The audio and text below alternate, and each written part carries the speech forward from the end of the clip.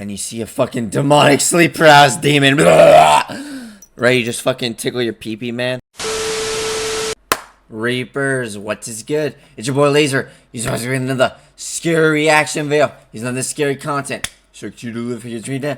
Top 5 scary creatures you wouldn't want to meet in the woods. Guys, imagine just walking in the woods, bro, and you see a skinwalker that starts to screech like this. Screech! Nah, these are scary content. These more scary videos features some weapon.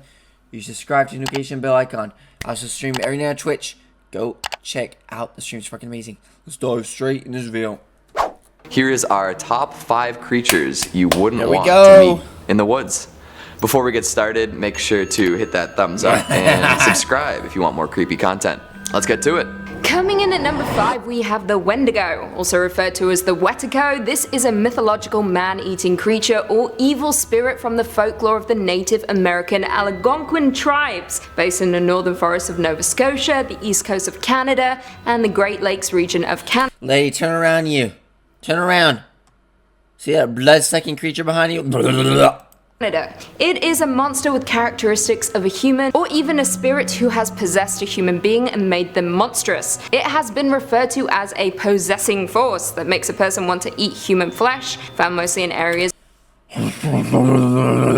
with a shortage of food in the wintertime. However, there are more than just one variant. The second is a northern ghoul variant. A person who eats human flesh becomes the Wendigo rather than eating flesh because they were possessed by the Wendigo. This can oftentimes be depicted as a floating humanoid figure that moves quickly with the wind, with a starved figure and a distended belly because they're always starving for more human flesh. Now the third variant— Look at that skinwalker, bro.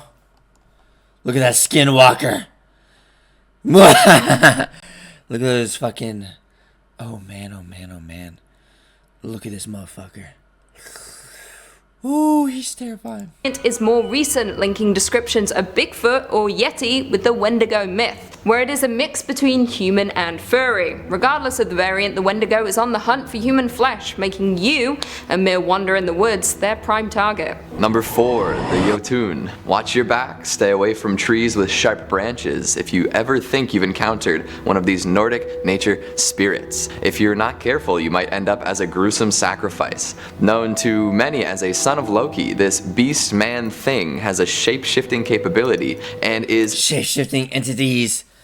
Oh, what the fuck? Don't lie, guys. We all shape-shift into fucking I forgot. What the fuck even is this? This looks like one of those things you see under like fucking microscopes, bro. Like, you know that, like, those videos of like the fucking bacteria eating each other and shit, bro. Y'all see how much fucking bacteria there is under like fucking... I remember seeing this one video of like bacteria under like a fucking complete fucking random, but like under a goddamn like sink water, bro. And like there was like tons of these fuckers. They look just like this fucker, literally. Swear. Generally pretty ambiguously defined. Often when someone is referring to a Jotun, they could be talking about a giant or a troll or a number of other large mythical monsters. However, today I want to make pretty sure that we are clear in defining it as a malicious, sacrifice-seeking shapeshifter. There are many Jotun out there, but it is best to be prepared for the worst of the bunch. If you've ever seen David Bruckner's movie The Ritual, you already know how horrifying Jotun can truly be. In the movie, 4 friends go on a hiking trip in Sweden in honor of their dead friend. One of them injures their knee and they're forced to take a shortcut through an unmapped forest. Always a bad call, guys, come on. Haven't you ever watched a horror movie? Look at that fucker. During their time in the woods, they come across an eviscerated deer hanging from a tree. One of the friends wakes up with unexplainable injuries, and they even find another friend praying in the nude to a wooden statue without ever realizing it. Very soon after this, 2 of the friends are taken and killed by the Jotun. The other 2 friends discover a body as they come across a village of Jotun worshippers. This is where the real scary stuff starts. They find out that the villagers sacrifice people to the Jotun in exchange for immortality and trap the 2 remaining friends. During an attempted escape, the beast reveals its shape-shifting abilities by luring one of the men with a facsimile of his wife. Then its true form is revealed, a massive... That's what they'd be doing though. Fuck off, stupid cobwebs. Bro, there's cobwebs on my fucking antenna. Trying to stop my Wi-Fi, huh? Trying to give me Taco Bell Wi-Fi. Should say McDonald's Wi-Fi. Do it. Fucking, what was I gonna say? Oh yeah. Nah, but skinwalkers, they be like luring. I made like a whole TikTok on it. They be luring people in like the goddamn woods and shit, bro. Doing everything possible to goddamn. Never mind. 8-legged, partially human, partially beastly, shambling monstrosity with huge antlers and fire, bony human arms. Ready to hear how one of the protagonists gets killed? The Yotun reaches out with these bony human arms and impales the man on a sharp tree branch, leaving him to bleed out. Ouch. Coming across one of these guys in the woods means you'll likely meet the same fate. You might think that due to the size of it, it wouldn't be too fast. Well, you'd be wrong. It is extremely fast and will know the forest like the back of its terrifying hands. It's not a nature spirit for nothing. As a son of Loki, it is an excellent trickster as well, and will take the form of whatever it needs to hunt its prey. Loki seriously got around, huh? Fathering murderous forest beasts. Jeez. The impaling upon tree branches has a bit of a Norse background as well. If you've ever studied Norse mythology, you'll know that Odin hung himself from the world tree, Yggdrasil, and was impaled upon the spear in order to learn the secrets of rune magic. It's possible that the Jotun is impaling creatures and humans alike on trees as sacrifices to Odin himself. That's hardcore. Look at that fire. Look at that fire. Oh my god. Fire, I love fire. But you wouldn't want to be on the receiving end. I also mentioned it having 8 legs earlier, which may remind you of another creature in Norse mythology, Sleipnir, Odin's 8-legged horse. It's all coming together. However, unless you're a Norse look at that shit god yourself, I would recommend staying away from this one, and unless you like getting impaled on trees, it's your life, I guess. Coming in at number 3, the Dullahan, also known as the original Sleepy Hollow. The Dullahan is a headless rider, usually on a black horse, who carries his head under his arm. Now, although the Dullahan is typically male, there have been some female versions throughout folklore. The mouth is usually in a hideous grin that reaches both sides of the head. Think the Joker and you're on the right track. Not only that, but his eyes are constantly moving about and can see across the countryside, even during the darkest of nights. It has been said by those who have reported sightings that the flesh of the head is Headless Horseman vibes. Oh wow, this is cool as fuck. Well, this is cool as shit. Look at this motherfucker. Look at this cool ass horse, man. We got a skull right here. Wow, this motherfucker. Damn. the colour and consistency of mouldy cheese, which as a dairy intolerant person is revolting to me, just saying. The Dullahan uses the spine of a human corpse for a whip, and its wagon is adorned with funeral objects, e.g. candles and skulls to light the way. The spokes of the wheels are made from the thigh bones, the wagon's covering made from the worm-chewed pal or dried human skin. Now here's where things get spooky, especially for anyone tracking through the dark woods. When the Dullahan stops riding, that is when a person is due to die. The Dullahan will then call out the person's name, at which point that person will immediately perish. Now even more terrifying still, there is— Just imagine walking like through a dark forest at night, bro, and you see a fucking demonic sleep paralysis demon, right? You just fucking tickle your pee-pee, man. But oh shit, just imagine like being out in a forest and you see like a headless horseman just like approach you, bro, on a horse. Giddy up, giddy up, giddy up, giddy up, giddy up. And then he starts fucking yeehawing his way into your fucking mouth by stepping on you with his fucking horse shoevies, whatever the fuck you call it.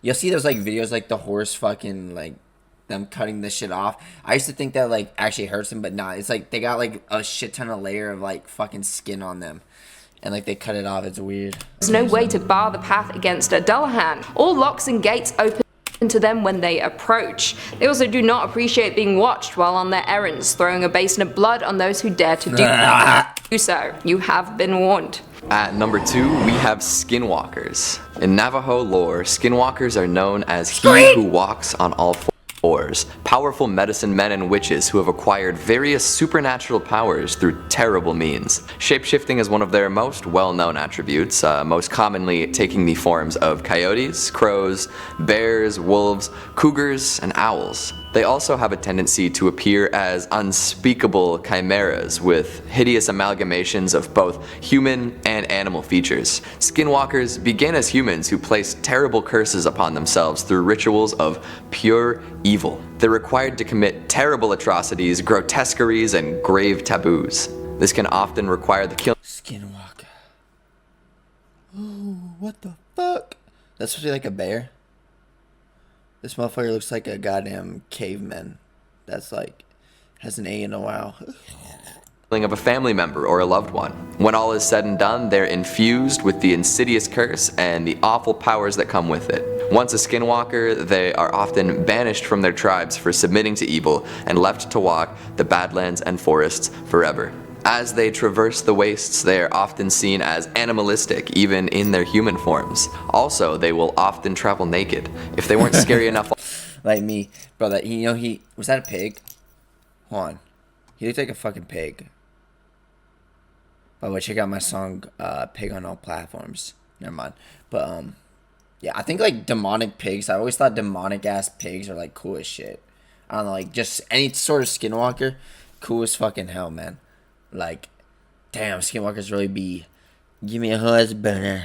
Already, there's a chance you'll come across a nude, ungodly abomination in the woods. Yikes. These monsters are extremely strong and agile in addition to their magical powers. They can use their abilities to mesmerize, instill fear, sow confusion, and even take control of another's body for a short period of time. On top of this, they're extremely difficult to kill. Unless you know their original name or have a very specific ash to coat your knife, good luck getting rid of a skinwalker. There are countless stories of skinwalkers being terrifying in forests all across North America. One story details the time a duo in Arizona came across a gigantic coyote sitting perfectly Holy motherfuckers thought they were in like a band there. Holy shit.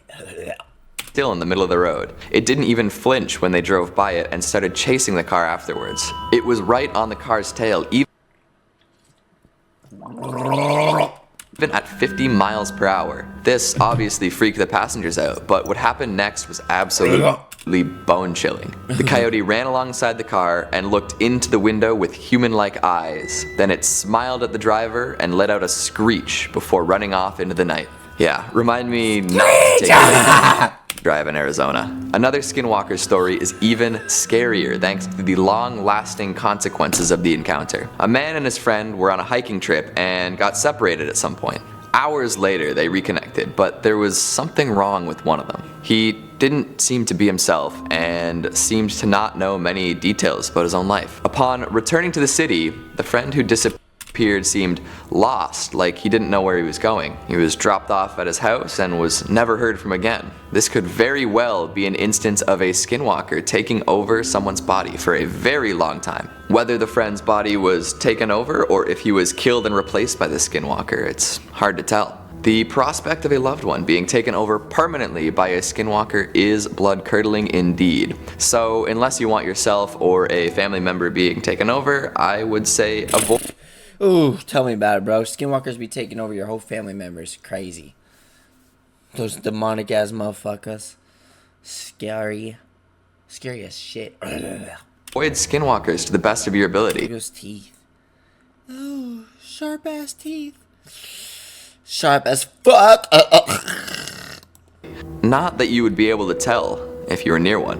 And finally coming in at number 1, SCP-1000. SCP-1000 is a nocturnal omnivorous ape which ranges from 5 to 10 feet in height and weighs between 200 and 600 pounds. They often have grey, brown, black, red and occasionally white fur and possess large eyes with good vision, with intelligence that is on par with the common chimpanzee. Now, SCP-1000 evolved alongside humans up until, 10,000, 15,000 years ago, when an extinction event eliminated all but 1 to 5% of their population. This event was triggered by SCP-1000 contracting an anomalous pseudo-disease which can be classified as SCP-1000-F1. This disease is passed on at the genetic level and affects every present-day instance of SCP-1000. Now, Look at this big ass motherfucker. Look at these big ass motherfuckers. Oh shit. Oh. Scary. Look at those eyes. effect of SCP-1000-F1 is as follows. Any humanoid that directly or indirectly observes any instance of SCP-1000 has a minimum 2% chance of being instantly killed through anomalous means via permanent cessation of brain function. Meaning if you cross paths with an instant of SCP-1000 while alone in the woods, you have a high chance of biting the dust. All media reports Biting the dust. related to SCP-1000 are to be examined for potential verifiability, and all organizations and individuals investigating SCP-1000's existence are to be kept under surveillance by Mobile Task Force Zeta-1000 and discredited or administered amnestics. Well, there we have it. Do you guys agree with our list? Are there any creepy forest lurking creatures that we missed? Leave Scary us indeed. all Well, guys, this was the video. I hope you enjoyed it. Which one of those forest creatures was most scary? If you enjoyed scary content, these were scary features to do. See you next one. Peace.